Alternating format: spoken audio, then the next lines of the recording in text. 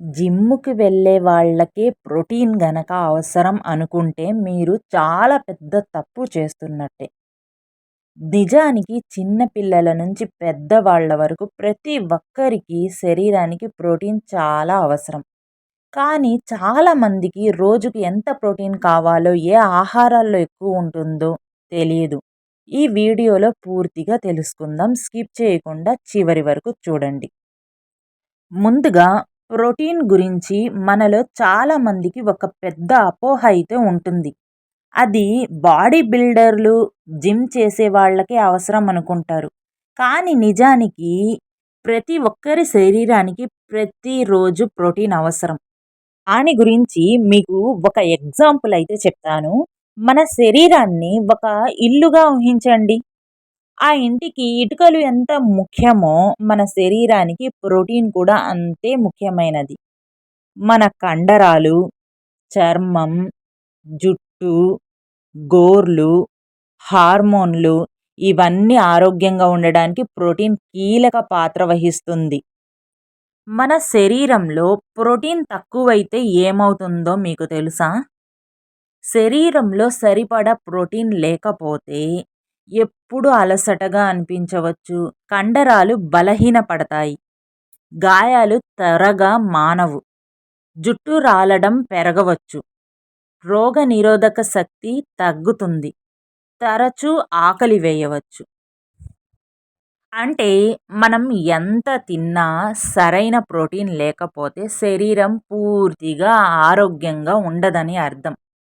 అయితే రోజుకి ఎంత ప్రోటీన్ అవసరం? సాధారణంగా ఆరోగ్యంగా ఉన్న ఒక పెద్దవారికి 1 కిలో బరువుకు సుమారు 0.8 గ్రాముల ప్రోటీన్ అయితే అవసరమవుతుంది. ఉదాహరణకు మీ బరువు 60 కిలోలు అయితే రోజుకు దాదాపు 48 గ్రాముల ప్రోటీన్ అయితే అవసరమవుతుంది. వ్యాయామం చేసే వాళ్ళు, గర్భిణీలు, పాలిచ్చే తల్లులు, వృద్ధులకు ఇంకా కొంచెం ఎక్కువ అవసరమవుతుంది ప్రోటీన్. అంటే ప్రోటీన్ ఎక్కువగా ఉండే ఆహారాలైతే తీసుకోవాలన్నమాట. ఇప్పుడు మన ఇంట్లోనే సులభంగా దొరికే మంచి ప్రోటీన్ ఆహారాలేందో చూద్దాం.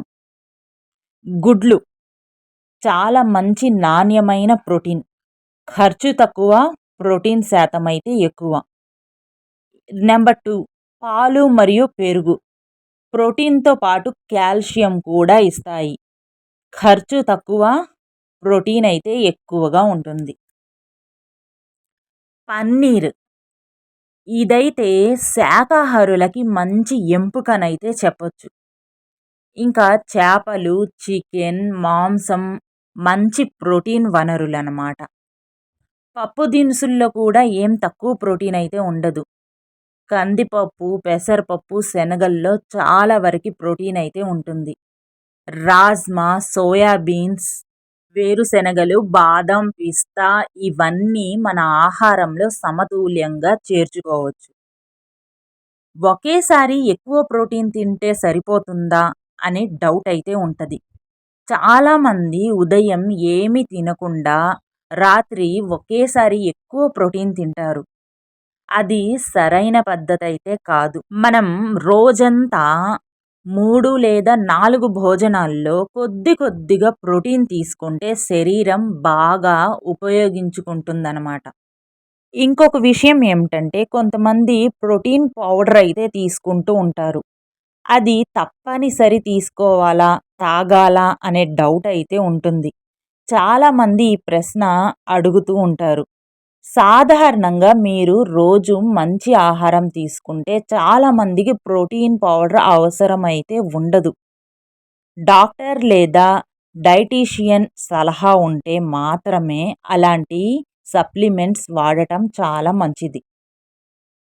లేకపోతే అలాంటివి అవాయిడ్ చేసి మనం తీసుకునే ఆహారంలోనే ప్రోటీన్ ఉండే విధంగా చూసుకోవచ్చు. మీకు గనక ఎక్కువ ప్రోటీన్ అయితే మన బాడీకి కావాలి అనుకునే వాళ్ళు ఒకరోజు ఆహారంలో ఇలా తీసుకోవచ్చు. ఉదయం 1 గ్లాసు పాలు ప్లస్ 2 గుడ్లు లేదా పెసరట్టు. మధ్యాహ్నం అన్నం, పప్పు, పెరుగు.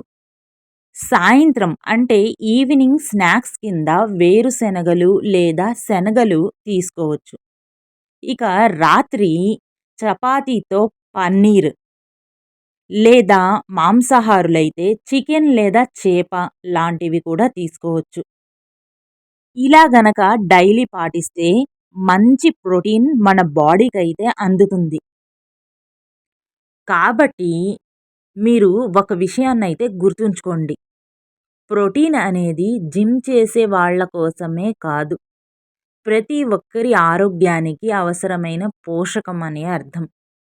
అయితే ఎక్కువ ప్రోటీన్ తీసుకోవటం కూడా మంచిది కాదు.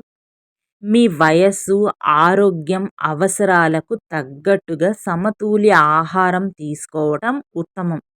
నేను స్టార్టింగ్‌లో చెప్పినట్టు ఎంత వయసు వారికి, ఏ బరువు వాళ్ళకి ఎంత ప్రోటీన్ కావాలో చెప్పాను కదా!